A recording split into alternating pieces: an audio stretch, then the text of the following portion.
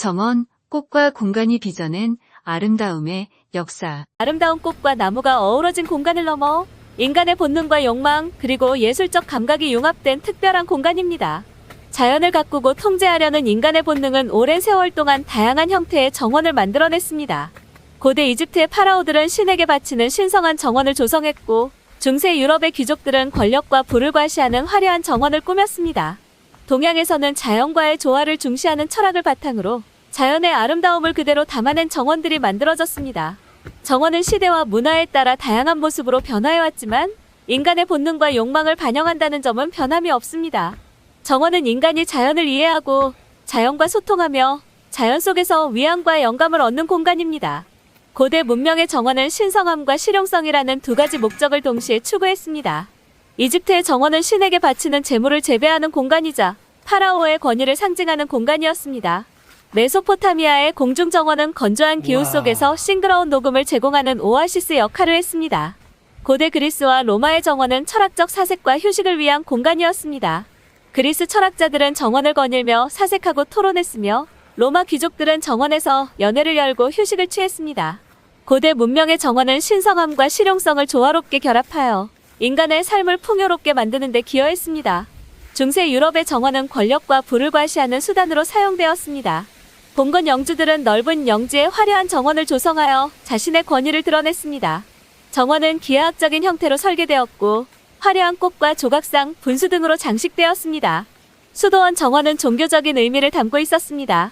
수도사들은 정원에서 약초를 재배하고 명상과 기도를 하며 영적인 성장을 추구했습니다. 중세 유럽의 정원은 권력과 종교, 예술이 결합된 독특한 공간이었습니다. 르네상스 시대에는 인본주의 사상이 확산되면서 정원도 인간 중심의 아름다움을 추구하는 방향으로 변화했습니다. 이탈리아의 빌라 정원은 자연과 예술의 조화를 추구하며 기하학적인 형태와 조각상, 분수 등으로 꾸며졌습니다. 프랑스의 베르사유 궁전 정원은 절대 왕정의 권위를 상징하는 공간이었습니다. 넓은 대지에 펼쳐진 화려한 정원은 왕의 권력을 과시하는 동시에 예술적인 아름다움을 선사했습니다. 르네상스 시대의 정원은 인간의 창조적인 능력과 예술적인 감각을 극대화하여 자연을 인간의 이상에 맞게 변형시키는 시도였습니다. 동양의 정원은 자연과의 조화를 중시하는 철학을 바탕으로 조성되었습니다. 중국의 정원은 자연의 아름다움을 그대로 담아내는 데 초점을 맞추었으며 산수화의 풍경을 재현하는 듯한 모습을 보여줍니다. 일본의 정원은 불교의 선사상의 영향을 받아 고요하고 명상적인 분위기를 자아냅니다. 정원에는 돌, 모래, 물 등 자연적인 요소들이 주로 사용되며 인공적인 요소는 최소화됩니다. 한국의 정원은 자연과 인공의 조화를 추구하며 주변 환경과의 조화를 중요하게 생각합니다. 한국 정원은 자연의 아름다움을 감상하는 동시에 휴식과 명상을 위한 공간으로 활용되었습니다. 현대 정원은 다양한 스타일과 기능을 가진 공간으로 발전했습니다. 도시 속 작은 옥상 정원부터 대규모 공원까지 정원은 우리 삶의 다양한 영역에서 중요한 역할을 합니다. 현대 정원은 환경 보호와 지속 가능성을 중요하게 생각합니다. 친환경적인 소재를 사용하고 빗물을 재활용하며 생물 다양성을 보존하는 등 자연과의 공존을 추구합니다. 현대 정원은 단순히 아름다운 공간을 넘어 우리 삶의 질을 향상시키는 데 기여하는 중요한 역할을 합니다. 정원은 우리에게 심리적인 안정감과 위안을 제공하는 치유의 공간입니다. 푸른 녹음과 아름다운 꽃들은 스트레스를 완화하고 심신의 안정을 도와줍니다. 정원을 거닐며 자연의 소리를 듣고 햇빛을 쬐는 것은 우울증과 불안감 해소에도 도움이 됩니다. 현대 사회에서 정원은 더욱 중요한 의미를 갖습니다. 바쁜 일상 속에서 잠시 벗어나 자연과 교감하며 심신의 에너지를 충전할 수 있는 소중한 공간입니다. 정원, 인간과 자연이 빚어낸 아름다움의 역사. 정원은 단순히 아름다운 꽃과 나무가 어우러진 공간을 넘어 인간의 본능과 욕망 그리고 예술적 감각이 융합된 특별한 공간입니다. 자연을 가꾸고 통제하려는 인간의 본능은 오랜 세월 동안 다양한 형태의 정원을 만들어냈습니다.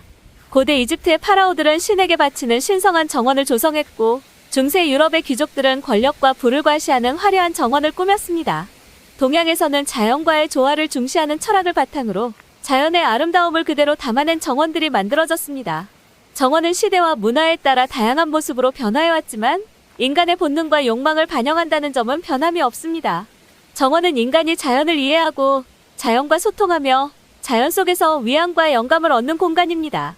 고대 문명의 정원은 신성함과 실용성이라는 두 가지 목적을 동시에 추구했습니다. 이집트의 정원은 신에게 바치는 제물을 재배하는 공간이자 파라오의 권위를 상징하는 공간이었습니다.